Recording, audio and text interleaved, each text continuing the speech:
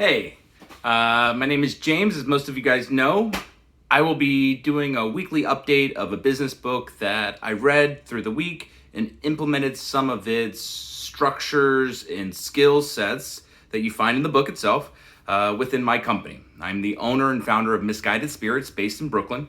And what we have is an employee-owned liquor company that integrates the community with people that sell them and people that pour them. Right now, it's an interesting time, as we all know, that it's a pandemic. So it's been a wee bit challenging. So I thought it would be really interesting to develop smart, integrated content that you could take away some learnings that I'm learning or give me suggestions on how, I'm developing my business. The book that I read last week was The Power of Habit. And this book's really interesting to what we're doing right now. Specifically systems that we're setting up and hitting accounts in liquor stores.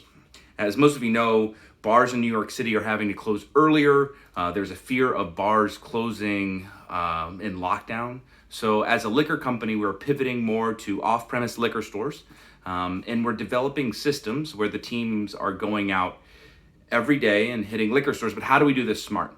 And what was really interesting about this book is setting up cues that, essentially what the book is getting at is your habits are based off of cues that your mind gives yourself. So it really dives into the smoking aspect. As being a smoker, I'm going to just glance over that one. But it was really interesting to how we set up our weeks.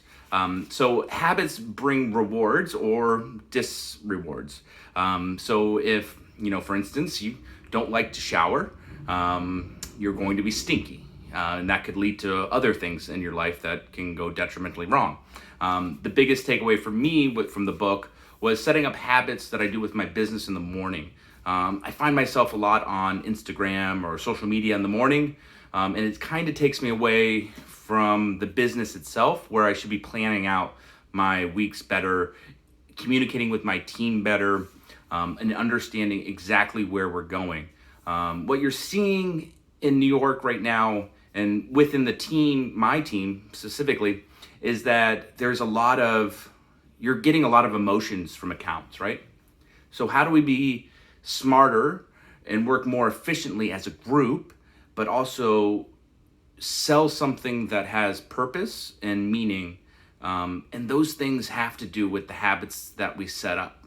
So planning out our weeks, understanding where we're going, targeting and segmenting each area by zip code is really key for us. We have to work smarter. We typically work longer though. It's just the way it is right now. This book's great, but it's more of a synopsis or a study of how habits can negatively or positively impact your life.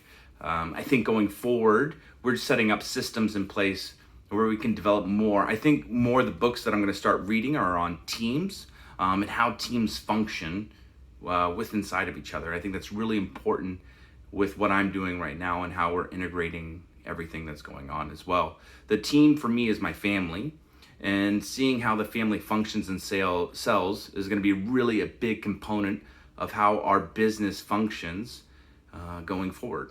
And so I just want to take a couple minutes of your time to explain that this book is a great foundational book, but I just need something a little bit more for sales. And so as you see these every week, they'll be more sales oriented and gold to sales. And we'll start talking about sales inside my company, which is a liquor company.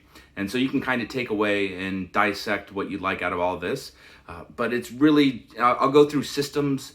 I'll be super open about our sales and how our sales team is functioning and how it's built. But I think dynamically, and what I want to express is how we function at Misguided Spirits, which is a little sideways, but really fun.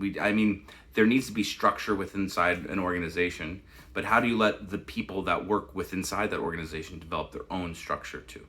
And so with these videos, I think it'll be good for me to understand what I need to learn and how I can integrate that more into my company as well. So thank you for taking the time, and I hope to talk to you guys soon. Bye.